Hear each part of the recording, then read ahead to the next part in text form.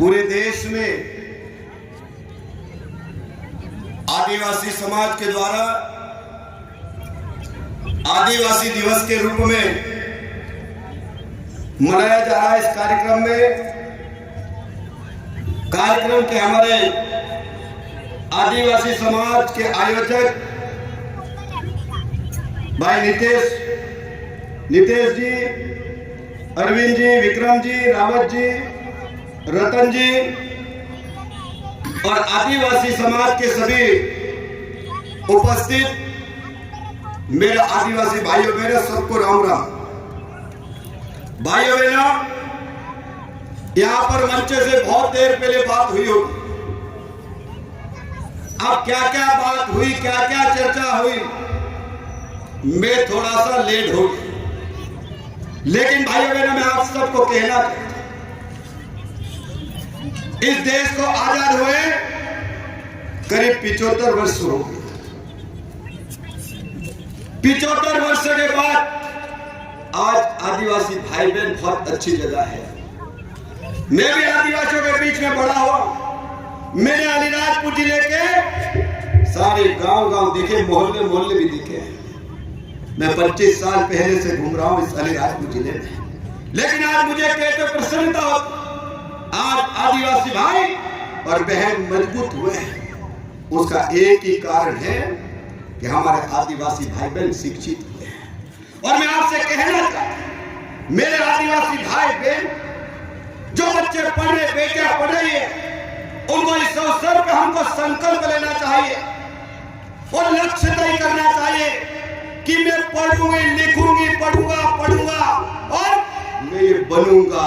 गरीब क्यों है, कमजोर क्यों है, आपने से पूछिए। आप लोग आपने आपसे पूछो, आप गरीब है तो क्यों गरीब है? आज जो मेहनत करता है उसको आगे बढ़ने से कोई रोक नहीं सकता।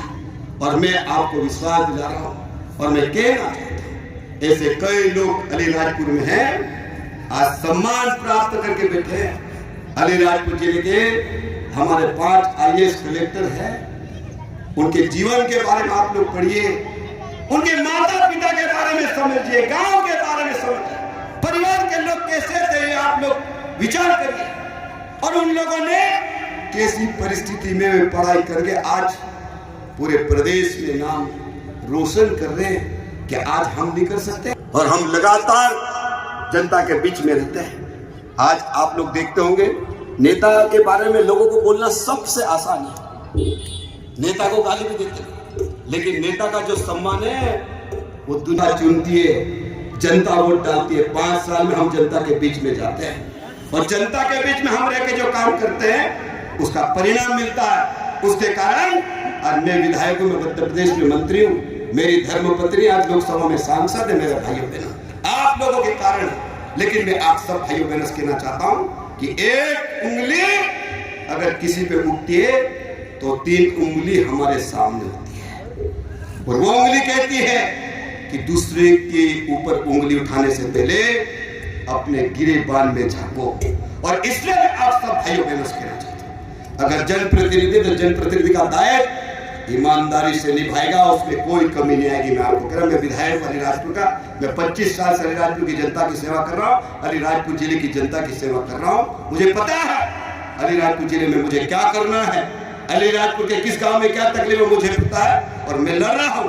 और मैं आप सब भाइयों बहनों से कहना चाहता हूं, अभी बीच में खट्टाली का जो मामला चल रहा है, खट्टाली के गांव, खट्टाली, छोटी खट्टाली, चमार बेगड़ा और एक गांव और है हमारा, 3 गांव में ग्रेफाइट का मामला चल रहा मेरे भाई। और जैसे ही इसकी जानकारी अलीराजपुर के व्हाट्सएप पे आया, हम लोगों ने तत्काल मुख्यमंत्री जी से बात की। अभी लोकसभा में अनिता ने भी इस बात को उठाया। और मैं आप सब भाइयों बहनों को इस मंच से कह रहा हूं, आपको लड़ाई लड़ने की जरूरत है, हम बैठे हैं। मैंने खट्टाली में भी जाके कहा, मैंने व्हाट्सएप पे भी कहा कि आपके लिए हम बने हैं तो आपको लड़ने की जरूरत नहीं, हम लड़ेंगे। आपकी 1 इंच जमीन भी किसी की कोई ताकत नहीं ले सकती। मेरे भाइयों, मैं आपको विश्वास दिला रहा हूं। लोग कहते झूठ बोलते हैं, लोगों को लगता है हम झूठ बोलते हैं। अरे हम तो वो लोग हैं, जीवान के पक्के लोग हैं।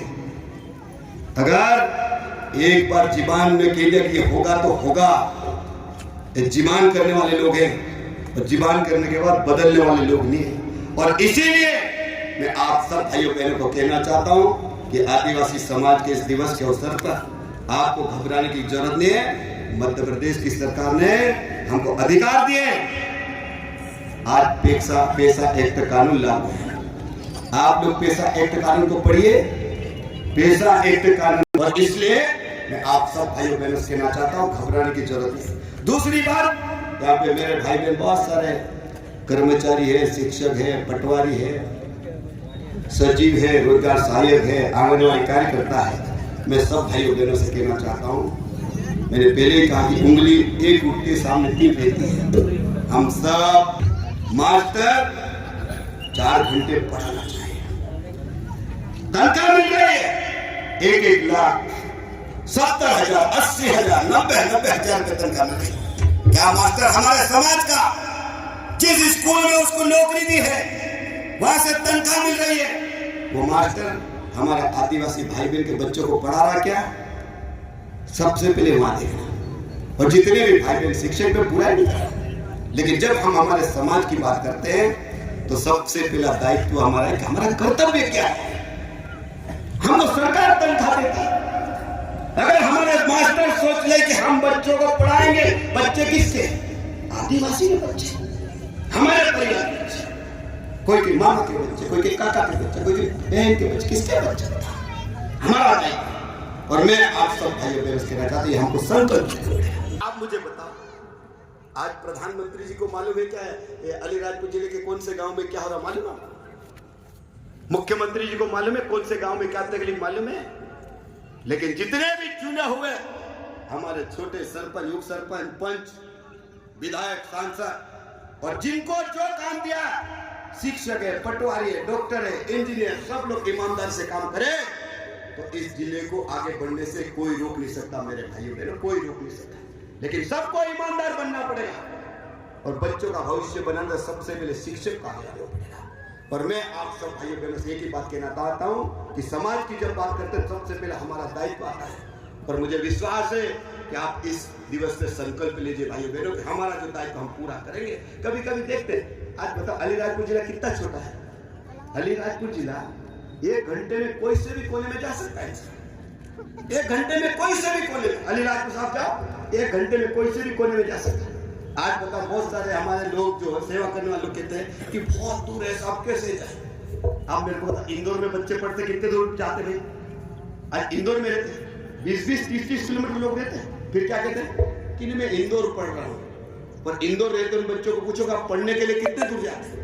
नौकरी। हमने समाज के उत्थान का बीड़ा उठाया और इसलिए मैं आप सब भाइयों बहनों से एक ही बात कहना चाहता हूँ, हम सबको संकल्प लें। दूसरी बात, आज हम सब आदिवासी समाज के नाम से मंच से आदिवासी समाज की बात तो करते हैं, लेकिन कभी आप लोगों ने देखा अलीराजपुर जिले में, झाबुआ जिले में हमारे आदिवासी भाई बहनों को कुछ लोग ईसाई बना रहे हैं, धर्मांतरण करा रहे हैं। क्या हमारे आदिवासी भाई बहन जो पढ़े लिखे शिक्षक, किसी ने ये मुद्दा उठाया कि हमारा आदिवासी भाई अगर ईसाई बन जाएगा, धर्म बदल लेगा तो आप आदिवासी कहलाने लायक बचोगे? कहलाने लायक बचोगे? को मान नहीं करे, बाप को बान नहीं करे। हम भगवान का नाम नहीं ले रहे हैं, राम राम नहीं बोल रहे हैं, जय यीशु बोल रहे हैं। सबसे बड़ा झगड़ा ये, क्या मेरे भाई बहन आदिवासी ईसाई बनना चाहिए? क्या हमारे भगवान में कोई कमी है? क्या हमारे बाबा देव में कोई कमी है? क्या हमारे क्षत्रियों में कोई कमी है? क्या गणेश बाबा में कमी है? क्या हनुमान जी में ताकत में कमी है? आज मैं आप सब भाइयों बहनों से कहना चाहता हूं, आज हम भगवान बिरसा मुंडा को पढ़ते हैं, भगवान मानते हैं बिरसा मुंडा को। बिरसा मुंडा जी ने क्या लड़ाई लड़ी है समझने की आवश्यकता। आज टाइटिया मामा के नाम से हम दिन रात हमारे भाई बहन बेटा बेटी नाचते हैं, लेकिन टाइटिया मामा ने कौन सी लड़ाई लड़ी हमारे लिए? आज गांव गांव में टाइटिया मामा की चर्चा होती है और चौराहे चौराहे पे उनकी मूर्तियां स्थापना हो रही है। क्या कारण है? जरूरत है। और इसलिए मैं आप सब भाइयों बहनों से कहना चाहता हूं, हम सब संकल्प ले कि शिक्षा का स्तर बनना चाहिए, जो दायित्व पूरा निभाए। और मैं आप सब भाइयों बहनों से कहना चाहता हूं कि अभी 15 अगस्त को